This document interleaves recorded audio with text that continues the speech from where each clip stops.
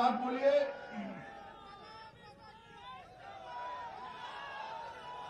मेरे साथ बोलिए, भारत माता की।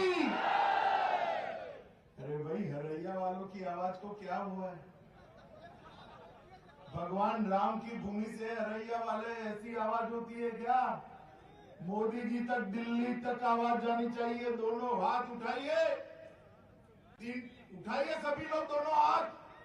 300 पार का मुट्ठी का, विजय के संकल्प का मुट्ठी पीछिए और प्रचंड आवाज से बोलिए, भारत माता की, भारत माता की, भारत माता की। मंच पर उपस्थित मेरे मित्र और युवा सांसद, लोकप्रिय नेता भाई हरेश द्विवेदी जी, हमारे जिलाध्यक्ष श्रीमान महेश शुक्ला जी, श्री मनोज कुमार सिंह जी, श्री अजय कुमार सिंह जी, और आज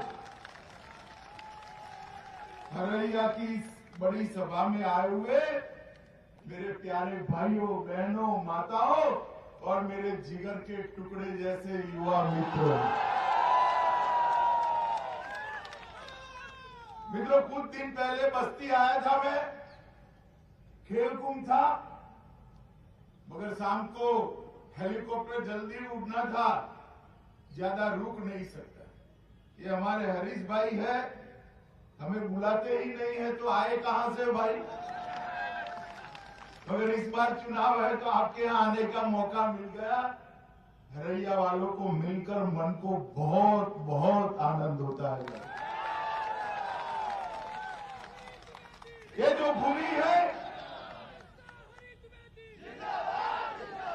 ये जो भूमि है, इस भूमि पर आचार्य वशिष्ठ ने अपनी तपोस्थली बनाई थी।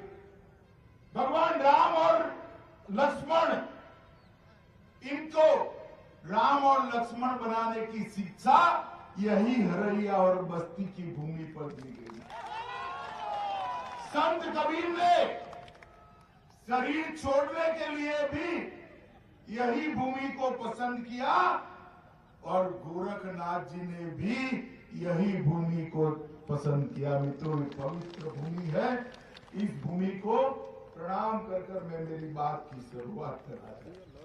राम रेखा मंदिर, मखोड़ा धाम मंदिर, महर्षि श्रृंगी ऋषि की ये धरती सालों तक पूरे भारत को प्रेम, भाईचारा और अध्यात्म का संदेश भेजती रही। इस भूमि में आज आकर साच अर्थ में हरैया वालों दिल गदगद हो जाए ऐसी अनुभूति होती है। माताओं, भाइयों, बहनों, यूपी के चुनाव के 4 चरण समाप्त हो चुके हैं। आधे से ज्यादा चुनाव हो चुका है। परिणाम जानना है क्या? जरा जोर से बोलो, 10 मार्च के पहले परिणाम बता दूं? पीछे वाले बोलो बता दूं?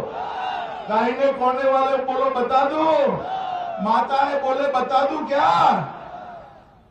4 चरण में सपा, बसपा, कांग्रेस का सुपड़ा साफ हो गया। फिर से एक बार उत्तर प्रदेश के अंदर 300 से ज्यादा सीटों के साथ भारतीय जनता पार्टी की सरकार बनने वाली है। 4 चरण के मतदाताओं ने एक मजबूत नींव डालने का काम किया है। बस्ती और हरैया वालों ने मजबूत नींव पर मजबूत इमारत बनाने का काम अब आगे करना। बस्ती जिले की जनता को मैं करबद्ध निवेदन करने आया हूं कि होली के पहले फिर से एक बार यहां से 5 कमल मोदी जी की झोली में भेज दीजिए। 5 सीटें भारतीय जनता पार्टी को। हम आए थे 2017 में, मैं पूछता था लोगों को, मैं पार्टी का अध्यक्ष था, उत्तर प्रदेश के लोगों को पूछता था कि उत्तर प्रदेश वालों का तो मुझ पर बहुत कृपा है भाई, मैं प्रभारी बनकर आया, 80 में से आपने लोकसभा में 73 सीटें दी थी। अध्यक्ष बनकर आया, 325 सीटें दे दी। फिर से अध्यक्ष बनकर आया, 65 सीटें दे दी। अब गृह मंत्री बनकर आया हूं, फिर से एक बार मजबूत सरकार बना दीजिए। मैं उस वक्त पूछता था कि यूपी वालों हमें क्या करना है, जरा बताइए। सभी लोग ये कहते थे कि तनिक विकास कम होगा तो चलेगा, ये बाहुबली माफियाओं से हमें मुक्ति दिला दो। कहते थे या नहीं कहते थे भाई? ये माताएं बहनें कहती थी घर में बिजली नहीं है, बिजली का वायर डलवा दो। कहते थे या नहीं कहते थे? आज मैं कहता हूं 5 साल के बाद उत्तर प्रदेश में माफियाओं का सफाया करने का काम योगी आदित्यनाथ जी ने किया है। मुझे बताओ आजम खान कहां है भाई? जोर से बोलो, कहां है? अतीक अहमद कहां है? मुख्तार अंसारी कहां है? अगर बस्ती वालों, हरेया वालों गलती कर दी और साइकिल की सवारी करी तो ये जेल में रहेंगे क्या? रहेंगे क्या? तो क्या करना है? कमल के फूल पर बटन दबाना है भाई, कमल के फूल पर। पूरे उत्तर प्रदेश को माफिया और बाहुबलियों से मुक्त करने का काम भारतीय जनता पार्टी की सरकार ने किया है। आज पूरे उत्तर प्रदेश में एक भी बाहुबली नहीं दिखाई पड़ता है, एक भी। हर जगह पे बजरंगबली ही बजरंगबली दिखाई पड़ता है। ये काम भारतीय जनता पार्टी की सरकार ने किया है। मित्रों, ये सपा बसपा बसपा सपा बुआ भतीजा की सरकारों ने उत्तर प्रदेश को गर्त के अंदर डालने का काम किया। इतना बड़ा प्रदेश, 22 करोड़ की आबादी, देश का सबसे बड़ा सूबा और सबसे बड़ा भूभाग, 8वें 9वें नंबर की अर्थव्यवस्था थी। कितने नंबर की थी? 5 ही साल में योगी जी ने 9वें नंबर से दूसरे नंबर पर लाने का काम किया। अरे ताली मत बजाओ हरैया वालों, एक बार हमारे प्रत्याशी अजय कुमार सिंह जी को जिता दो, एक दूसरे नंबर से पहले नंबर पर पहुंचाने का काम ये भारतीय जनता पार्टी करेगी। मित्रों, हमने तय किया है कि अगले 5 साल में उत्तर प्रदेश की प्रति व्यक्ति आय को हम 2 गुना कर उत्तर प्रदेश को समृद्ध बनाएंगे। मित्रों, माताओं, भाइयों बहनों, ये पूरब का क्षेत्र गन्ने का क्षेत्र है। गन्ने के दाम तो तभी बढ़ते हैं जब चीनी के दाम बढ़े। ये कांग्रेस की सरकार चलती थी सपा बसपा के समर्थन से केंद्र में, और यहां सपा बसपा की सरकार चलती थी। वो रॉ शुगर इंपोर्ट कर लेते थे, यहां चीनी के दाम नीचे गिर जाते। मोदी जी ने प्रधानमंत्री बनने के साथ ही रॉ शुगर के इंपोर्ट पर 40% ड्यूटी डालकर हमारे गन्ना किसानों को रेट मिले इसकी व्यवस्था की है। इथेनॉल का भाव बढ़ाकर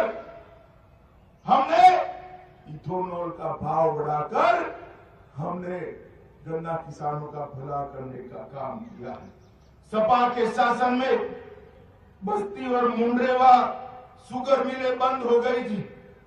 हमने 20 चीनी मिलों का विस्तार और आधुनिकीकरण किया है।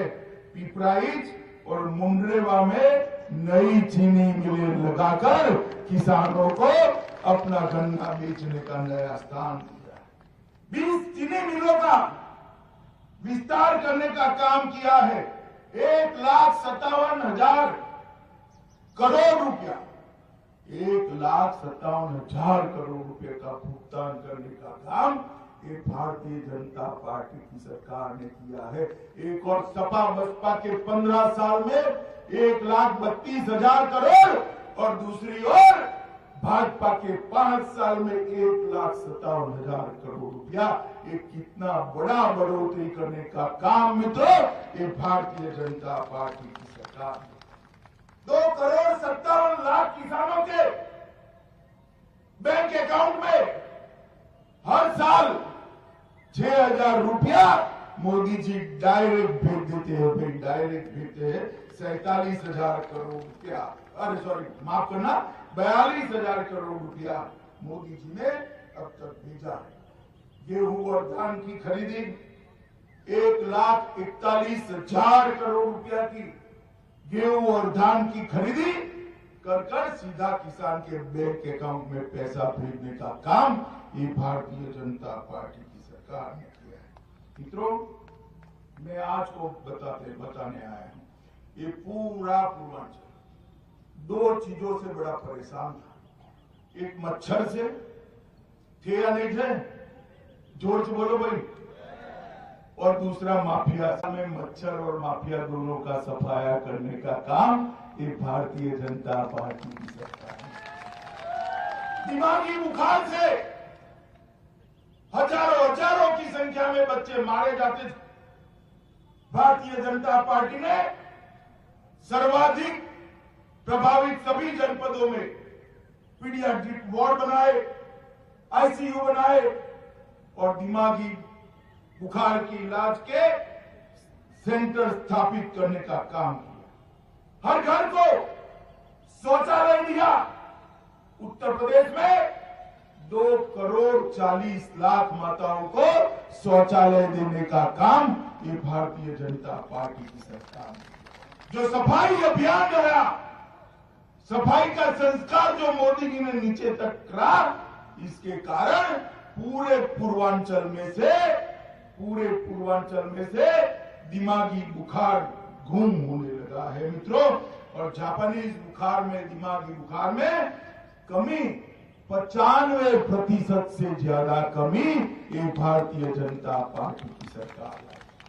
मैं पूछना चाहता हूं अखिलेश यादव जी को, हजारों बच्चे मारे जाते थे, अखिलेश बाबू आप क्या करते थे?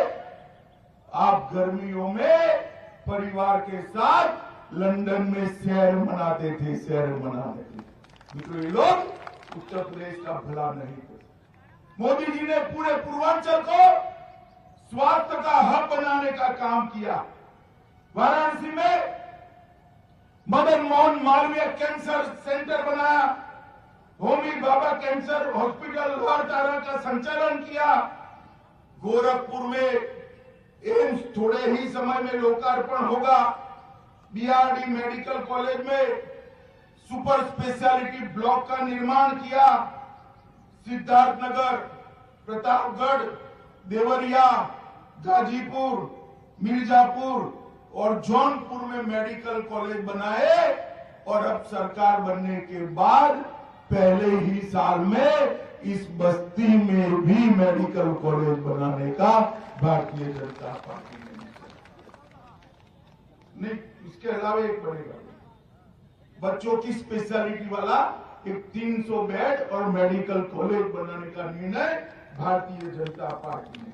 जहां पहले सिर्फ 10 मेडिकल कॉलेज हुआ करते थे, आज 40 बने हैं। हमने तय किया है दूसरी बार वोट देने आएंगे तब 80 मेडिकल कॉलेज से यूपी के युवाओं को हम मेडिकल कॉलेज में डॉक्टर बनाने का अभियान चलाने वाले हैं।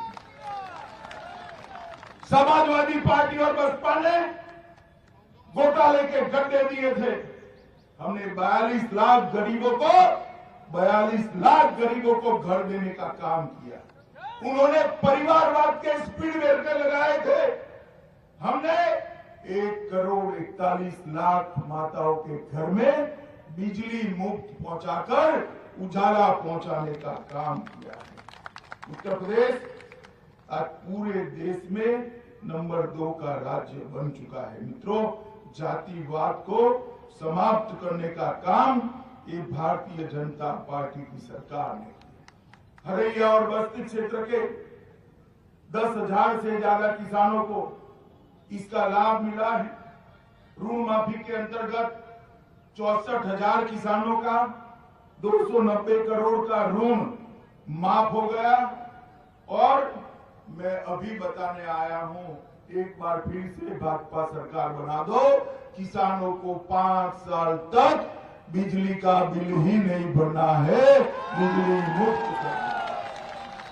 हर बच्ची जो उच्च शिक्षा लेना चाहती है उसको स्कूटी देंगे, स्कूटी देकर वो पढ़ाई लिखाई तो करेगी, अपनी माँ को पीछे बिठाकर सब्जी बाजार ले जाने का काम भी करेगी। हर युवा जो आगे की शिक्षा, उच्च शिक्षा लेता है उसको लैपटॉप और स्मार्टफोन देने का काम भी ये भारतीय जनता पार्टी की सरकार करेगी। हम प्रदेश में 15 करोड़ से ज्यादा लोगों को मोदी जी कोरोना के 2 साल से प्रति व्यक्ति प्रति माह 5 किलो अनाज दे रहे हैं। 15 करोड़ लोगों को 5 किलो अनाज देने का काम 2 साल से मोदी जी कर रहे हैं और योगी जी ने इसमें दलहन, नमक और तेल भी डालने का काम कर दिया है। मुझे बताओ भाई, आप सबने टीका लिया है या नहीं लिया है?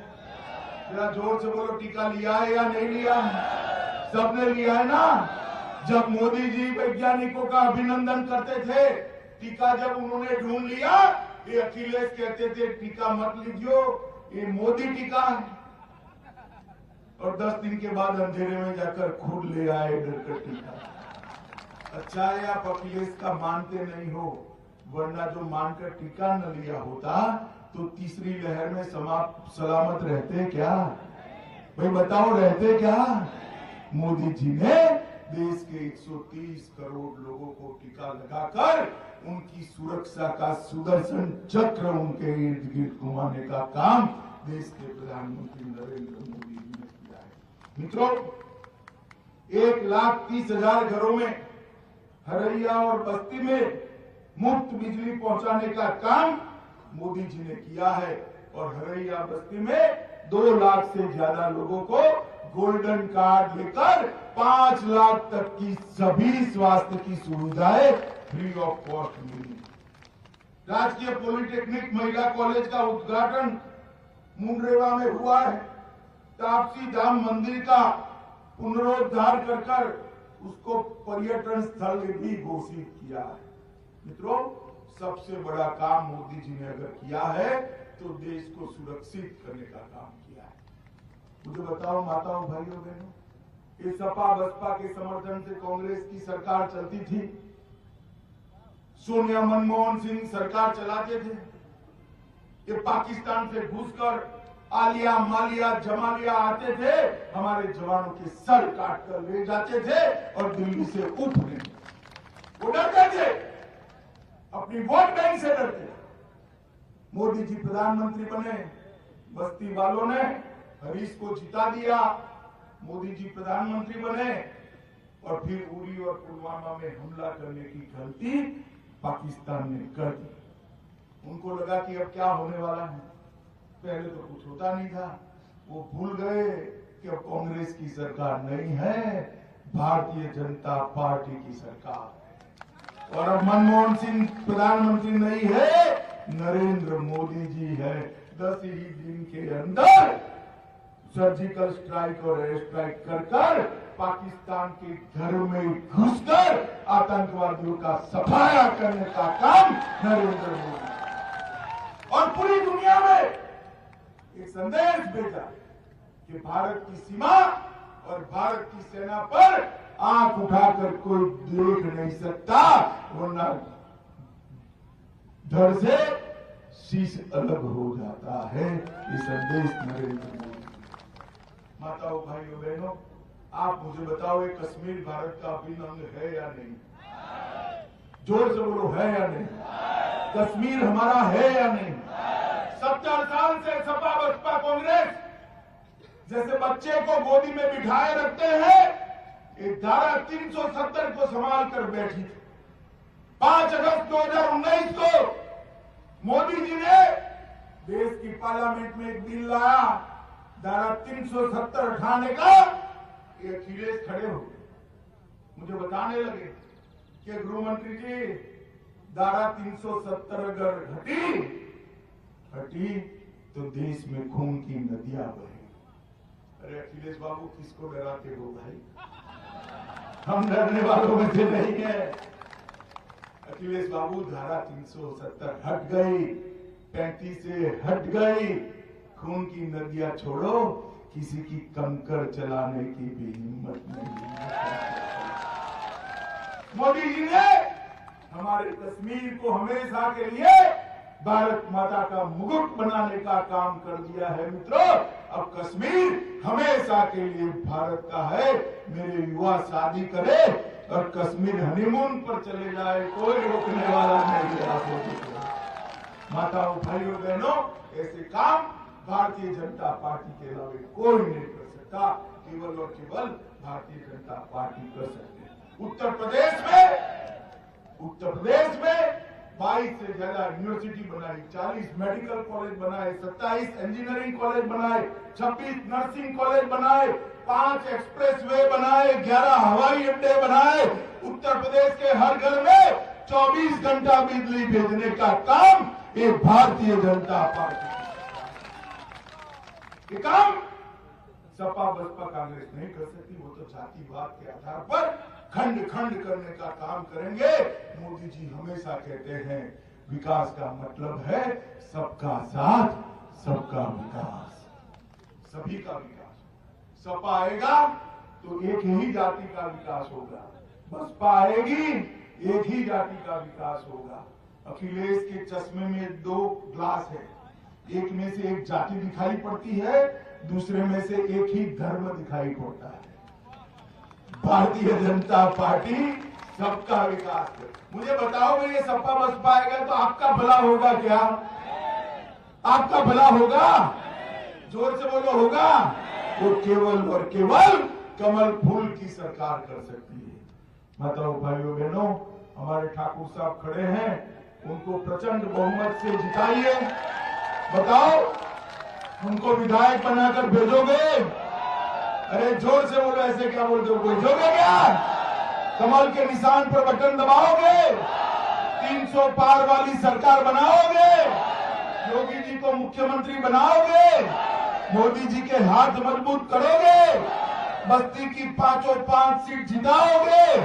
तो मेरे साथ दोनों हाथ उठाइए, उठाइए दोनों हाथ, विजय के विश्वास की मुट्ठी बीचे और प्रचंड आवाज से बोलिए जय श्री राम, जय जय श्री राम, भारत माता की।